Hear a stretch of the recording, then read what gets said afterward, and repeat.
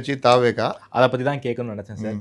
இப்போ வரைக்கும் அமைதியாக இருக்காங்க, என்ன பண்ண போகிறாங்க? வேட்பாளர் அறிமுக கூட்டம் வந்து முழு வேட்பாளர் அறிமுக கூட்டம். ஓ, கிட்டத்தட்ட 234 தொகுதியும் அறிவிச்சு வேட்பாளர் ஐடென்டிஃபைலாம் பண்ணியாச்சா?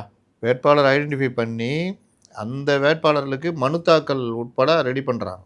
ஓகே, 3-5 நாளாக மனு தாக்கல்லாம் ரெடி பண்ணிட்டாங்க. ஏன்னா ஏதாவது நம்ம அடிக்கடி சொல்லியிருந்தோம்ல, கடைசி நேரத்தில் ஏதாவது இவங்களுக்கு எதுவுமே தெரியாது. அந்த மாதிரி தான் இவங்க ரெடி பண்ண அப்புறம் பார்த்தா ஒவ்வொருத்தரும் எவ்வளோ மைனஸில் இருந்தாங்க தெரியுது. அப்புறம் வக்கீல்களை வச்சு எல்லாம் ரெடி பண்ணி, இவங்க வக்கீல் இல்லை, இவங்க வக்கீல்லாம் வேலைக்கு ஆக மாட்டாங்க, இவங்க வழக்கறிஞர்கள் வெளியில இருந்து ரெக்ரூட் பண்ணி சிடி நிர்மல்குமார் வெளியிலேருந்து ஆளெல்லாம் கொண்டு வந்து வச்சு அந்த விஷயத்தில் ஒர்க் பண்ணக்கூடிய ஆட்கள்.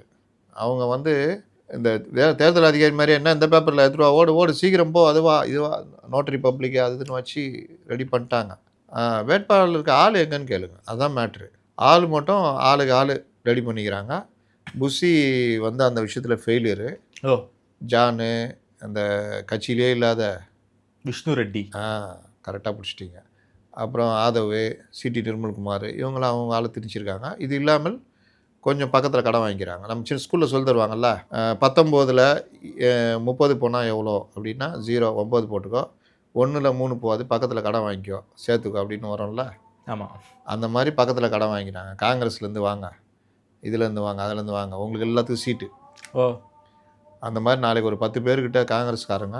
இன்னைக்கே காங்கிரஸ்ல ஒருத்தர் வந்து இடைக்கால நீக்கம் பண்ணியிருக்காங்க. நான் போட்ட 3 முக்கிய நிர்வாகிகளில் நான் போட்டிருப்பேன்.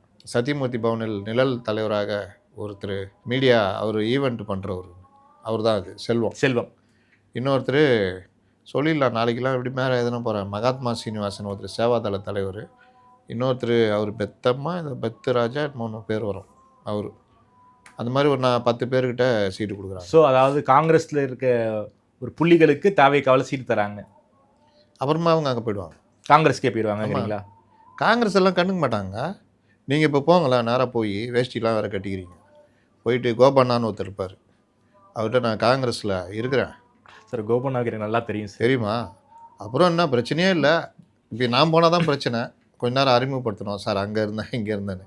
அப்போ உங்களை பார்த்துனா வாங்க தாமரை அப்படின்னாப்புல, பேர் தான் தாமரை சார், மற்றபடி நான் வந்து கை தான், நீங்கள் வந்து இந்த ஸ்போக்ஸ் பர்சனில் என் பேரை போட்டோன்னா போட்டுருவாப்புல. நீங்கள் போய் 10 சேனலில் பேசலாம், யாரும் உங்களுக்கு கேள்வியே கேட்க மாட்டாங்க. தேவைப்பட்டால் காங்கிரஸையும் திட்டலாம். காங்கிரஸ் ஸ்போக்ஸ் பர்சனாக உட்காந்துன்னு திருச்சி வேலுசாமிலாம் பண்ணிகிட்டு இருக்காருல்ல, அது மாதிரி. அதனால் காங்கிரஸ் மட்டும் கவலையே இல்லை. இந்த 10 பேர் நாளைக்கு அங்கே போயிடலாம், சும்மா அப்படி வந்துட்டு போகிறது மாதிரி தான் இதுதான் நடக்குது. அது மற்ற விஷயங்களை நம்ம அடுத்தடுத்ததில் பேசுவோம்.